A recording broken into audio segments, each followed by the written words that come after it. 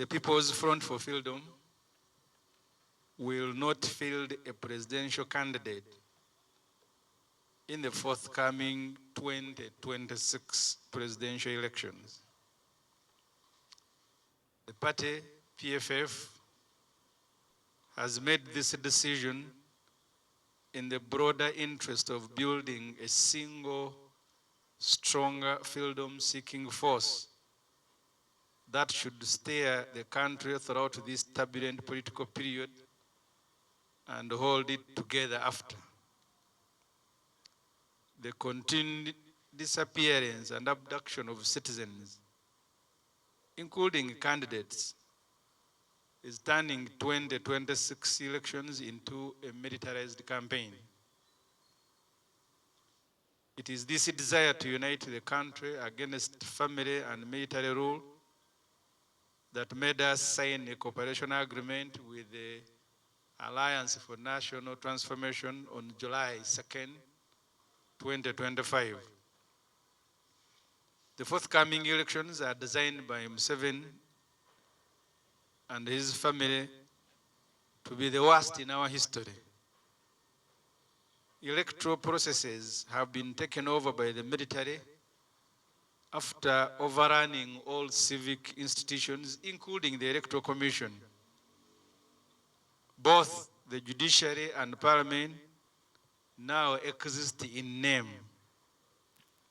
The country faces a real existential threat from the M7 family.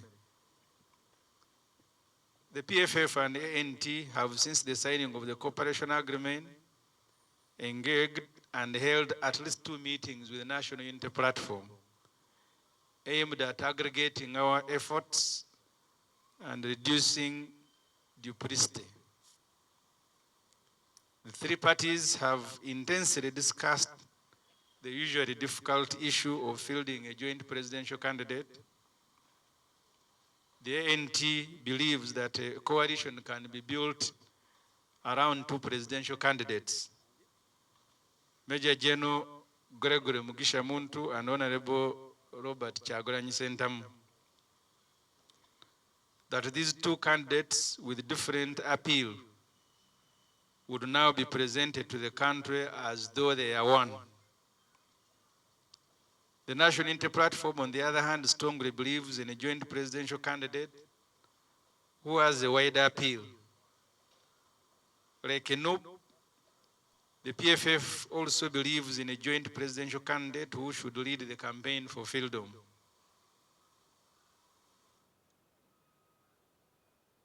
Therefore, I'd like to report to the country that our discussions had progressed to this level. The National Unity Platform asked for a break to conclude its vetting processes. The discussions will therefore resume when NUP returns. That being the case, who will PFF endorse? If our discussions arrive at a joint freedom presidential candidate, we will rally our forces, our supporters and leaders behind that candidate. We are also open to the idea of twin freedom candidates if our parties resolve in that direction. If our joint efforts yield no united front, we hope they will, we will announce our next course of action after the presidential nominations. The PFF National Campaign Team, as discussions with colleagues continue, the PFF has assembled a national team to coordinate the freedom campaigns. The freedom coordination team will hold regional, sub-regional, and district rallies together with our nominated parliamentary and local government candidates. This team will be led by our leader, Colonel Dr. Kizza Besigye.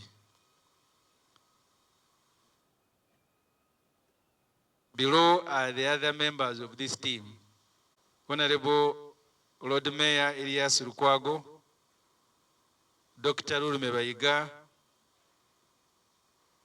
Honorable Betty Aol, Honorable Jack Wamai, Honorable Philip Wafula Ogutu, Honorable Salam Musumba, Ambassador Waswabirigwa, Honorable Francis Mwijuche, Honorable Harold Muhindo, Honorable Roland Mugume Kajinda, Mr.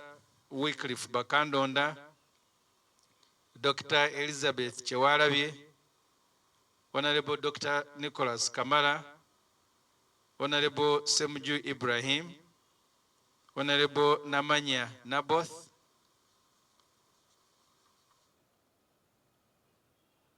Honorable Nyakato Asinas, Honorable Betty Muzanira, Honorable Fred Tuyamuweza, Honorable Ojoko Bileo, Honorable Kabusu Moses, Honorable Doreen Nyanjura, Honorable Stanley Katembeya, Honorable Joan Nabatanzi, Honorable Emmanuel Omoro, Mr. Opoka Kenneth, Honorable Alam Florence, Honorable Onega Robert.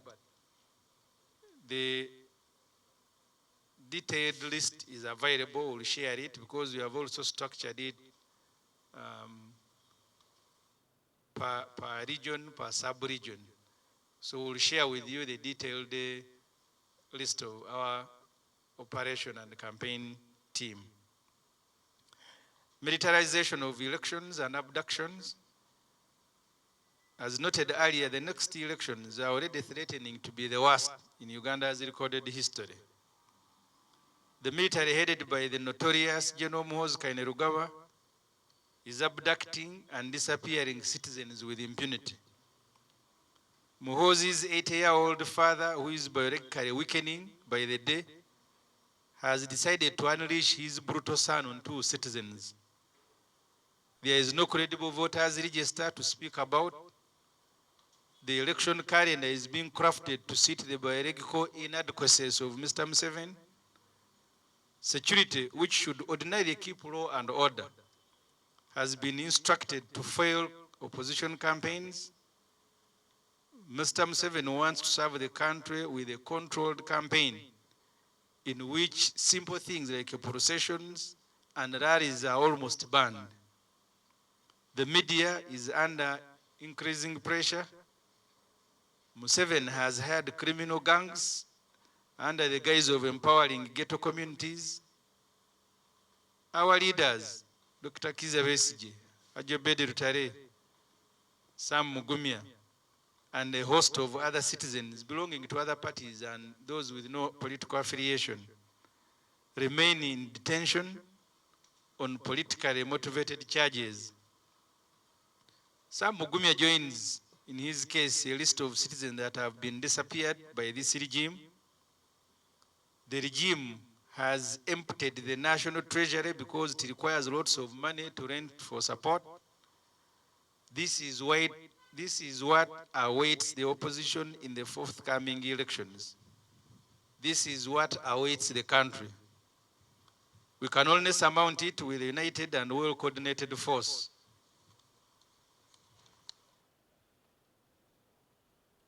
PFF National Call to Action. The PFF calls all citizens to unite and work for change in a coordinated manner in the midst of all these threats.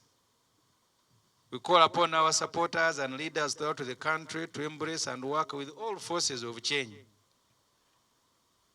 Be aware that the dictator will seek to divide us, even more using intimidation, money, and propaganda. We warn the Electoral Commission not to falsify the National Voters Register and not to assign NRM vigilantes with the electoral management. We also instructed all active citizens to compile names of NRM party leaders and vigilantes that have been drafted into electoral management by the Electoral Commission and forward these names to us.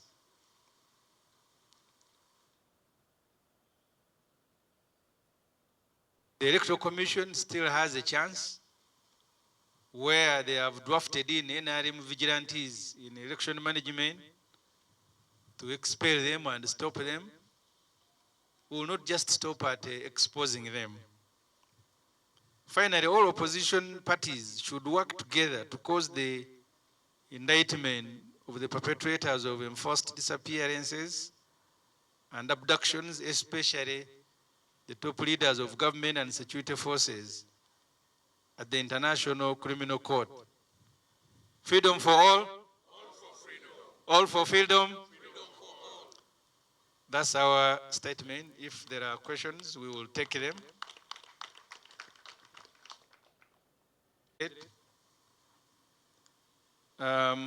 Okusooka twagala kutegeeza eggwanga nga PFF tusazeewo obutasimbawo muntu yenna ku bwa president mu kalulu akajja. Okusalawo kuno tukutuuseeko olw'okwagala abantu abalwanirira eddembe okwegatta nga twolekera akalulu kano gye tulabanga front emu ez'okwerwanako. Naddala mu kiseera kino mu byobufuzi ekizibu ennyo nga buli omu bw'akiraba. Kizibu kubanga Museveni ne mutabani we ne famire yaabwe bagenda mu maaso n'okubuzaawo bannansi nga n'abamu nga Sam Mugumi abamaze n'okugyayo empapula z'okwesimbawo. Era okwagala okwegatta okwo kwe kwatuleetera okussa omukono ku kiwandiiko n'ekibiina kya ANT nga tulowooza nti okulwanyisa famire ya Museveni abadidde eggwanga lino ne balifuula nga ekyobusika kyabwe n'amagye tulina kukolera wamu. Ennaku z'omwezi nga 2 Julayi twakola endagaano ne ANT. Okulonda kuno Museveni mu bugenderevu ali mu kufuula okumu okukyasinza okubeera okubi mu byafaayo bya Uganda. Amagye gawambye ebitongole bya gavumenti byonna nga mwe muli n'ekitongole ky'Electoral Commission, Parliament n'ekitongole kiramuzi. Kati masaati na mpale temukyali bantu batuulamu nga balina amakulu. Bwe mulaba abalamuzi mulaba masaati na mpale mwe nga mulowooza balamuzi. Eggwanga we lituuse tulina kulwana okulaba nga terifuuka nga nsi ndala ezisaanyeewo ne zisigala busigazi ku maapu nga bw'olaba Somalia ne Congo. Aba PFF ne ANT olw'okumanya ebintu bino n'ebirala bye tutadde mu statement eno, bwe twamala okusalawo okukolera ewamu ne tugenda tusabe ne bannaffe aba NUP tukolere wamu. Era tubadde n'okuwuliziganya, twali ne meeting 2 nga z'amaanyi nnyo. Mu ezo meeting ne tukubaganya ebirowoozo ki kye tuyinza okukolera embeera eno embi gye tulimu. Naddala nga tugenda mu kalulu ffe ke tutwala nti bwe lubeera lutalo eyo ebeera front emu. Mu nteeseganya zaffe aba ANT ekirowoozo kyabwe kyali kigamba nti tusobola okubeera ne bakandidate 2 kubanga ffe tumaze bategeeza nga aba PFF twasalawo nti tetugenda kuleeta presidential candidate. Si lwakuba nti tetuyina wano bwenna mulaba wano teriiwo tasobola kwesimba kuba president nakulembera ggwanga, naye twakikola mu bugenderevu. Dr. Besigye yennyini gyali eruzira n'abalala betukiikiridde abatali wano, naye mu bugenderevu twasalawo tetugenda kubeera na presidential candidate. Tugenda ogenda mu nteeseganya ne bannaffe ffe ng'omulimu tuguwewuddeko. Mu nteeseganya ezo ANT ng'egamba tusobola okubeera ne ba presidential candidate 2 naye nga balongo. Tugenda mu campaign nga waliwo okutegeeregana bwe tunaatambuza ebintu ebikwatagana ne campaign. Aba NUP bo nga bagamba nti tufune omuntu omu tuyimirire emabega we bwe tuba tumaze okukakasa nti oyo eggwanga ebitundu ebisinga obungi gwe byagala. okufaanana ne NUP PFF naffe tulowooza nti olutalo kampeyini eno ey'okwerwanako yali kulembeddwa muntu omu, abalala bonna nga bamuyimiridde mabega.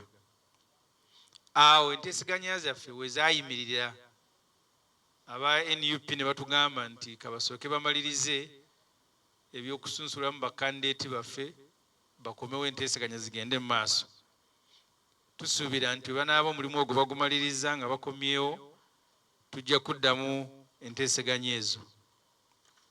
Twagala kutegeeza eggwanga nti awo tukyayimiridde kweyo ensonga.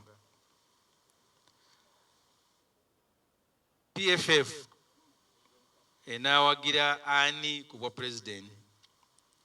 Enteeseganya zaffe Katonda bw'atusaasira ne zitambula bulungi ne tubeera ne kandideeti omu oyo gwe tujja okuwagira.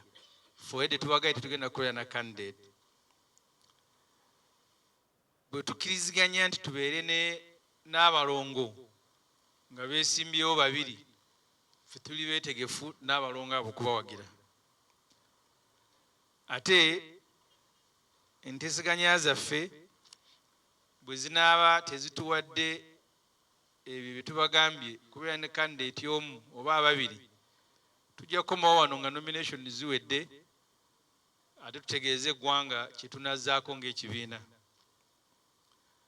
Mu kiseera kino bino byonna bisanze tuli mu kuzimba tiimu eyaffe okwawukana maybe n'abalala. Tiimu eyaffe tugiyita ya freedom, kulwanirira ddembe ly'abuntu.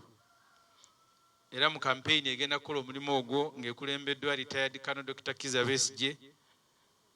Tiimu eyo eriko abantu wano abamu wammanga, abalala ajja kubawa olupapula nga bajjudde. Naye abali ku eyo etwayise Operation and Freedom Campaign Team kuliko Omuloodi Elias Lukwago, Dr. Lulume Bayiga, Honorable Betty Awol, Honorable Jack Wamai, Honorable Philip Wafula Ogutu, Honorable Salam Musumba, Ambassador Waswabirigwa, Honorable Francis Mwijuche, Honorable Harold Muhindo, Honorable Roland Kajinda Mugume, Mr. Wycliffe Bakandonda, Dr. Elizabeth Chewalabye, Honorable Dr. Nicholas Kamara, Honorable Ssemujju Ibrahim Nganda, Honorable Namanya Naboth, Honorable Nyakato Asinas, Honorable Betty Muzanira, Honorable Fred Tuliamuweza, Honorable Ojoko Bileo, Honorable Moses Kabusu, Honorable Doreen Nyanjura, Honorable Stanley Katembeya, Honorable Joan Nabatanzi, Honorable Emmanuel Omoro, Mr. Opoka Kenneth, Honorable Aram Florence, Honorable Onega Robert. Amanya amalala nga tugawuddemu bitundu wamu gye bajja okubeerera ddala nga campaign team operations eri national gyejo basanga nga batambuza campaign z'ebitundu. Olukalala oluliko abantu bangi tugenda kuluwawa era tukakasa buli omu ajja kulutegeera. Akalulu kano ke tugendamu kaliwo mu kuteekebwateekebwa wakati w'okubuzaawo abantu n'okubawamba. Era kano akalulu Mwami M7 kateekateeka kayinza okubeera nga ke kakyasinze obubi mu byafaayo bya Uganda ebimanyiddwa.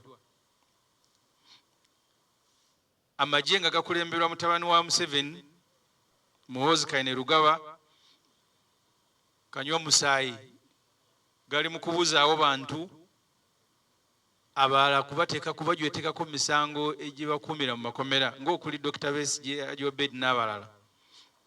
Sam Mugumya na kati tumanyi gyali. Ekitongole ky'Electoral Commission mu constitution ekyakwasibwa okuteekateeka okulonda n'essaawa ya leero muwulira emivuyo egiri ku register. Abantu abamu kwebali aba tebaliiko, abalala bagibwa mu bitundu gye balondera ne basindikibwa mu birala. Ab'ebyokwerinda abateekwa okukuuma eddembe mu ggwanga kati omulimu gwabwe omukulu kulaba nga ab'opposition tebalina kye bakola mu kalulu kano. Tugenda ogenda mu kalulu nga temulina kye musobola kukola. Mwami Museveni ayagala akalulu kano kateekebweteekebwe mu ngeri ekasobozesa omukadde okeetabamu. Kyenva mulaba ne bw'aba talina gy'alaga alinga alina ekimugoba mugenda okulaba nga wamatuka nga adduka. Kugezaako kulaga ggwanga nti si mukadde okwenkana emyaka gye, kuba omuntu atalina gy'alaga ng'otuusa ate oba oddukira ki? Mbadde manyi olina kudduka ng'ova eri gye watandikidde. Naye Museveni bw'atuuka w'alaga ng'atandika okudduka. Kati ebyo byonna byonna abikola kulaga abantu si mukadde. Abantu badduka kuva wala batuuke gye balaga. Ye olutuuka w'alaga ng'ateekako emisinde mu ngeri yakwekangabiriza ateekewo ekifaananyi nti si mukadde. Kati aba Electoral Commission bali mu kuteekateeka kalenda y'ebyokulonda esobola okwetabamu abakadde. Mumanyi bulungi nti Moses Ali ow'emyaka gya Museveni Kanoko kake yayitamu NRM yasibira Germany kujjanjabibwa. Kati Museveni abimanyi. So Electoral Commission teyagala ate abalamu nabo bakole campaign. Eyagala ffenna tuyite mu campaign eno nga tulinganga abakadde, teri laale, teri procession, teri ki. Olwo eggwanga libeere nga abeesimbyewo bonna nti ba myaka 80. Museveni okubuzaawo abantu n'okubawamba.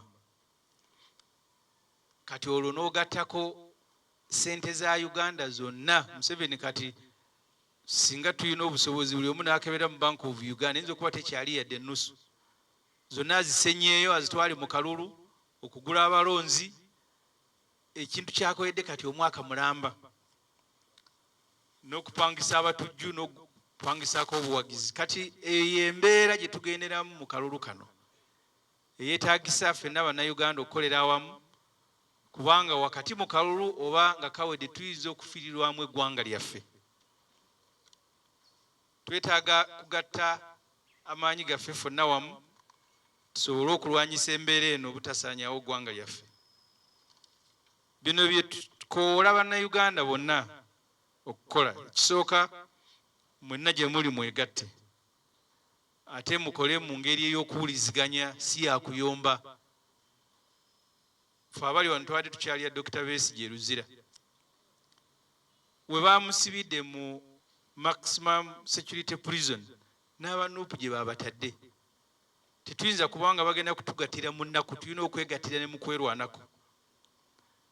Abawagizi baffe n'abakulembeze ba PFF yonna gye muli mu ggwanga, mukwatagane bulungi n'abantu be muli nabo ku sayidi emu. Temukkiriza kubateekamu mu ntalo, kubanga kati Museveni ekyo kyayagala abeere nga atulemesa okwegatta, akozesa propaganda w'amaanyi n'ensimbi. Era anyumirwa nnyo bw'alaba nga abamuvuganya muli mu kwevuma. Twagala ffe be tukulembedde aba PFF temukkiriza kuvuma muntu n'omu yadde okuyomba n'omuntu gwe tuli naye ku sayidi emu. Ne bannaffe tubakoowoola nabo bakole kye kimu. Electoral Commission twagala okugirabula. Puroguramu zaayo zonna ez'okuddira bano ba ghetto n'abalala bali mu structure z'NRM bakwasa ebyobululu tuzimanyi bulungi. Era twagala kukoowoola abantu baffe abakulembeze n'abantu kinoomu yonna gye muli. Amannya n'ebifaananyi by'ab'NRM Electoral Commission beeri mu kukusa bateeke mu byokulonda. Mugawandiike amannya bakube n'ebifaananyi mu bituweereze. Guno omusango tegujja kuggwa lwa leero. Buli muntu aneetaba mu kusaanyaawo Uganda wajja kubayo ekiseera eky'okusasula. Ab'NRM mulina omukisa obutakkiriza kubeera nga mwe bagenda okukozesa okubba obululu n'okuba abantu kinoomu. Naye bwe musalawo ne babatwala nga mukuba abantu mwe mubba obululu, mumanye nti eggwanga libatunuulidde n'amaaso gyo gituwangaalira mu kiseera ekyakyuka. Edda muntu nga yinza obutamutegeera, naye kati mwalabye ne loole z'amagye nga zisomba bava mu nkuŋŋaana z'NRM, loole z'amagye. Naye abazikubye ebifaananyi n'abatuuze babadde mu kkubo nga batambula. So bayinza okuba nga ekifaananyi kyo tebakisharinze lwaleero naye manya nti buli byokola abantu ekifaananyi bakiina n'amanya bayinza okukisharinga olwaleero ku kiseera ekituufu. Ab'opposition bannaffe be tulwana nabo nga tulwanirira eddembe lyaffe tubasaba tukolere wamu mu kuwandiika olukalala lw'abo abatyobodde eddembe lyaffe n'okubatwala mu kkooti y'ensi yonna okubawozesa. Eyo konye gyawoleze eyo.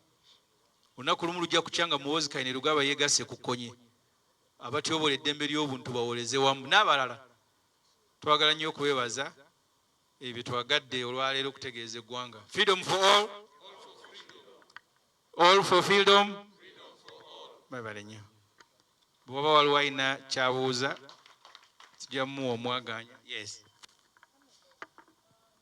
Ekiseera kino tuli mu kuwuliziganya na kuteeseganya. Omulimu gwe tukola tegujja kuggweera mu campaign, gujja genda mu maaso ne weeweebula olunaku lumu ne weeweebula bbiri. Tujja kuteeseganya mpaka bwe tunaatuuka ku kukaanya. Tuyina ffe aba PFF okukkiriza. Aba PFF tulina okukkiriza tulina okugenda mu nteeseganya zino n'omutima omwerufu omulambulukufu nti zijja kutuwa kye twagala. Era ekyo ekitutwalamu twalibadde twazivaamu dda kuba era kalenda y'ebyokulonda twali tugimanyi. Tetwagala babeerewo okutya nti enteeseganya zijja kulemerera lwa budde, ziyinza kulemeragana lwa birala naye si lwa budde.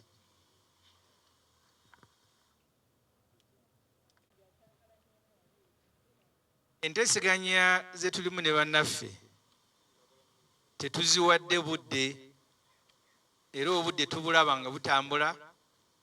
Naffe tujja kufungiza emikono saati n'empale twongeremu okukozesa amaanyi.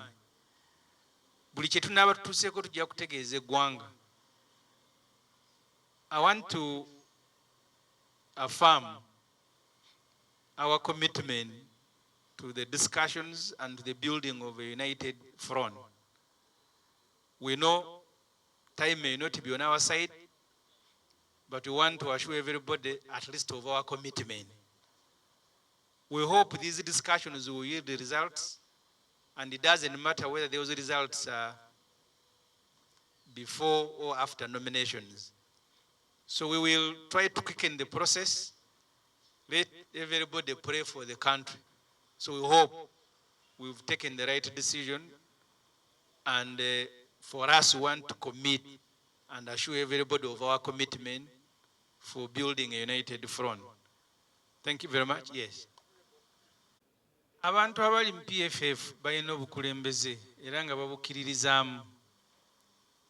Y'ensonga etubeeza wano ku lwabwe okusalawo ebintu ebirungi eri ekibiina n'eri eggwanga. Era ekyo twagala kuwa obweyamo buli munnayuganda gy'ali nti ffe betukulembera batukkiririzaamu era bye tusalawo tubisalawo ku lwa bulungi bwabwe na ku lwa bulungi bwa ggwanga. So enteeseganya byenkulambululidde wano bye tukyatuuseeko olwaleero bikyagenda mu maaso. Buli wanaabeerawo ekikyuse tujja kujja tubuulira eggwanga. Naye twagala nnyo abantu bamanye ffe okwewaayo kwaffe n'okwagala okukolera ewamu kye kisinga obukulu. Abaatulonda baatuwa obwesigwa okubakulembera era bye tutuukako tubibabuulira mu mpolampola ne babimanya ne bwe tubeera nga tunaakujja kubyanjula eri ggwanga. Thank you very much. Freedom for all. All for freedom.